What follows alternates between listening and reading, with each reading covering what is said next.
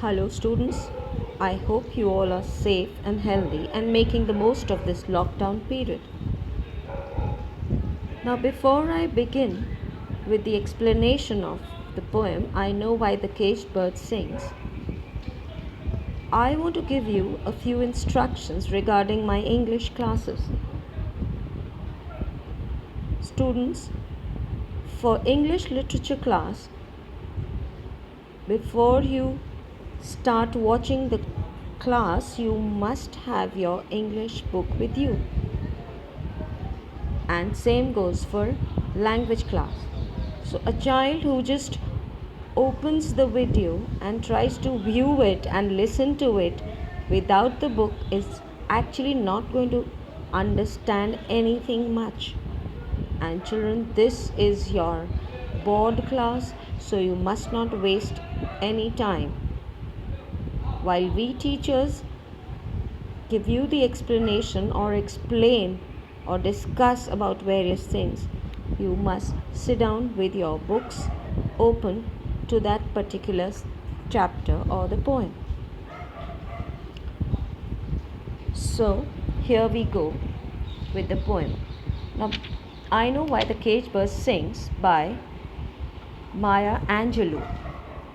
Now, before we begin the poem, I want to brief you with the poet.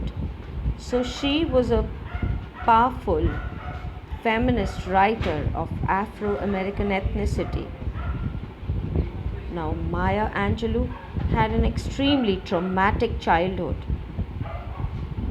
That was because her parents got divorced and she was sent to her grandmother's house at Arkansas to stay there. Now, at that time, Arkansas was a racist society due to which Maya experienced great discrimination there, and not only for being an African American but also for being a woman. Her childhood was very traumatic for her. As a result of the trauma, she even lost her voice, but later on, with the help of a teacher, Bertha Flowers, she started writing poetry and she overcame her trauma. And she really became very famous and as a novelist, dramatist, actress, and also as a civil rights activist. So this poem is one of her very famous poems and we are going to study this. So just open your books to this and listen to the explanation. And wherever you feel, you must note down the meanings of the difficult words while I explain. So, the free bird leaps on the back of the wind and floats downstream till the current ends and dips his wings in the orange sun rays and dares to claim the sky. Now, before I actually start explaining the poem, I want to tell you about the structure of the poem here. Now, you can see the poem, it consists of 6 stanzas. Each stanza of the poem starts with a capital letter, and then the rest of the stanza you can see it in small letters. Now, here you can see, as on the screen also, the poet has not used any comma, semicolon, and full stop. So you must be wondering, why is it so? Now, this is so in order to let the message continue to flow. So there is no break here in the sentences. Now, the tone of the poem. Now, the tone is the poet's attitude towards the subject of the poem. And here, the title of this poem, it refers to a kind of sympathy which can be observed And Maya was inspired by Dunbar, Paul Laurence Dunbar. His poem called Sympathy. She got inspired by that and then she wrote this poem. Now, coming to the rhyming scheme. Now, there's no definite rhyme scheme here that is followed in the poem, but there is internal rhyming, you can say. Internally, the lines rhyme. In the second stanza, probably you'll find that more. Then there is alliteration also, which is a close repetition of consonant sounds. That is also observed in a number of stanzas. So as we move on, I'll keep on explaining that to you. Then there is a repetition. Now, repetition is used in order to lay emphasis on a particular idea. For example, when we come to the sixth stanza, you will find that sixth is actually a repetition of the third stanza. And this puts stress on the caged bird's song for freedom. So something which has to be emphasized and stressed, that is repeated. This is why a poet uses repetition. Now there's hyperbole also, which is exaggeration. Then there's personification even, where human-like qualities are given to the inanimate objects. And there's metaphor. The caged bird is actually a metaphor for the poet herself and for all those African Americans who faced discrimination, prejudices, and slave-like treatment during that time.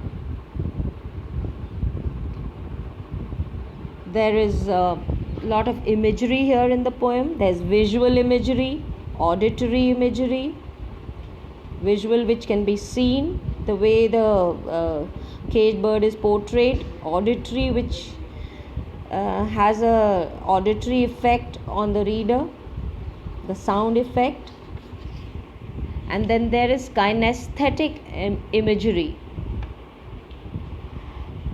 Now that is actually this kinesthetic is a sense, it is located in muscles and joints and all, and stimulated by bodily movements.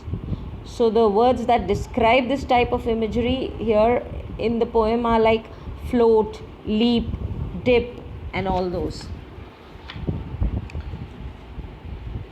So now this poem, if I Know Why the Caged Bird Sings, it actually talks about the unfettered life of the free bird.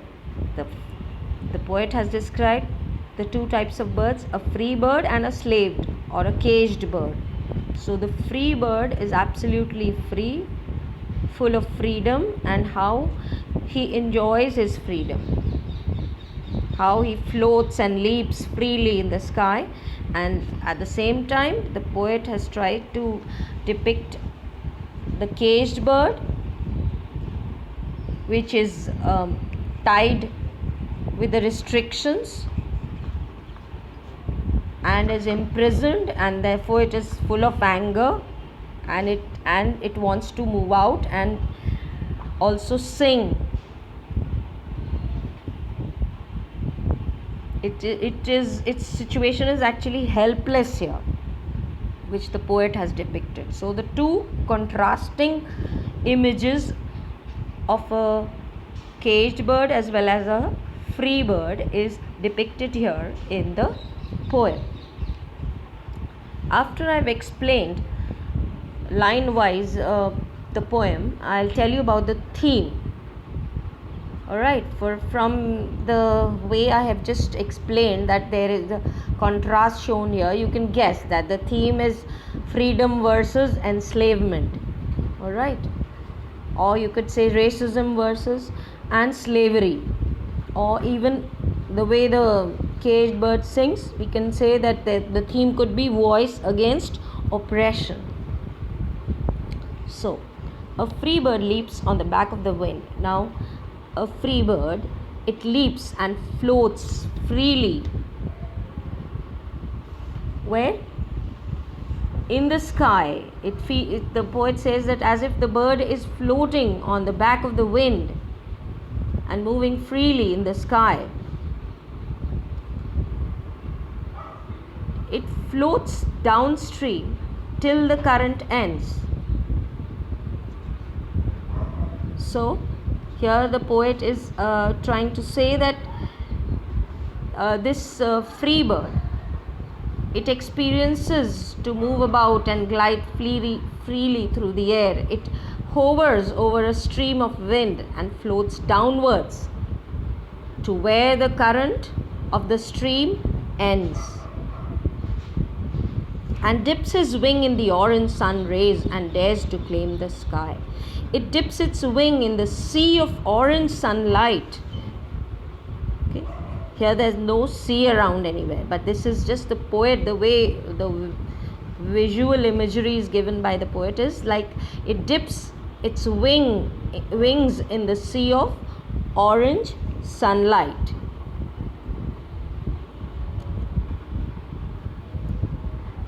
And dares to claim the sky. Now the free bird is freely moving around, freely floating in the sky. It seems as if the free bird is untroubled and as if the sky just belongs to him. So he dares to claim the sky means as if the sky belongs to him. So here, children, the poet has used the color orange. Now this color is associated with glow and happiness. So you can underline and write. And again, in the third line, floats downstream. Here floats here actually means it flies.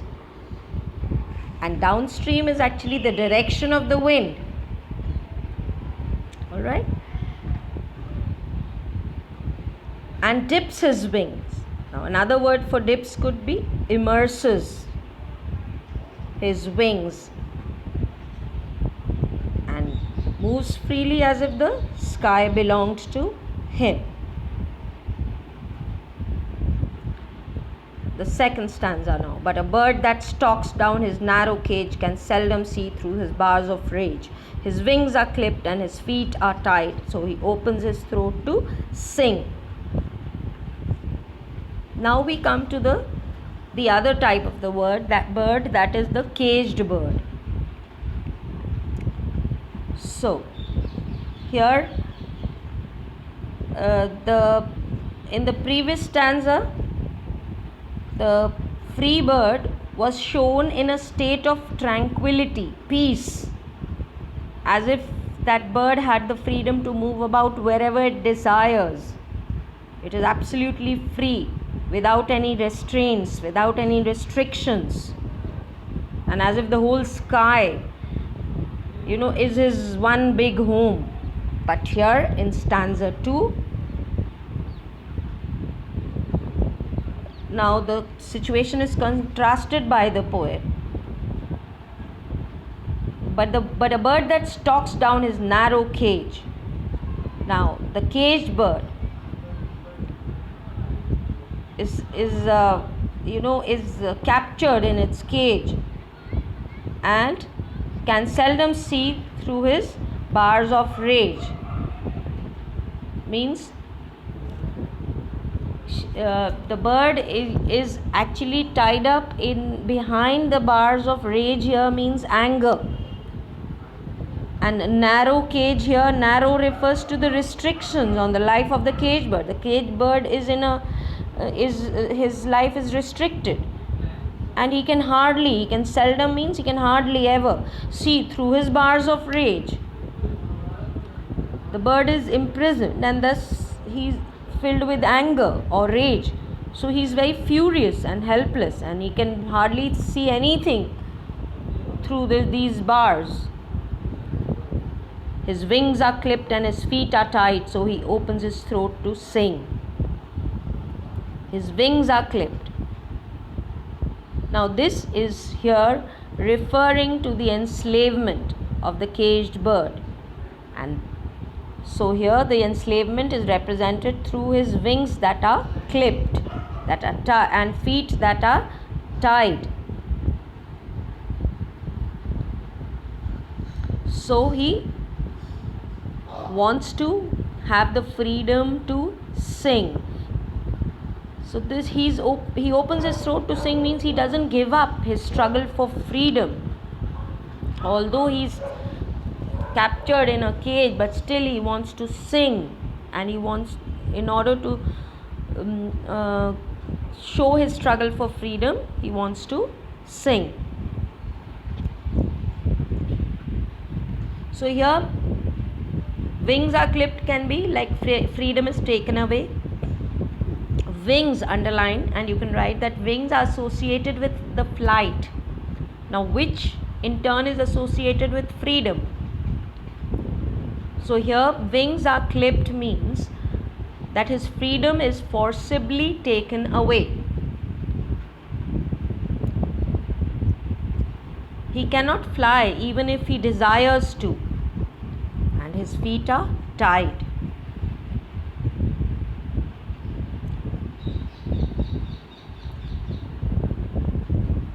So the most important thing is here is that despite being in this utterly despondent situation, the caged bird opens his throat to sing, and that seems to be his only joy and achievement in life. Students, this is all for today. Please revise well and be ready with your books on the next turn. Thank you.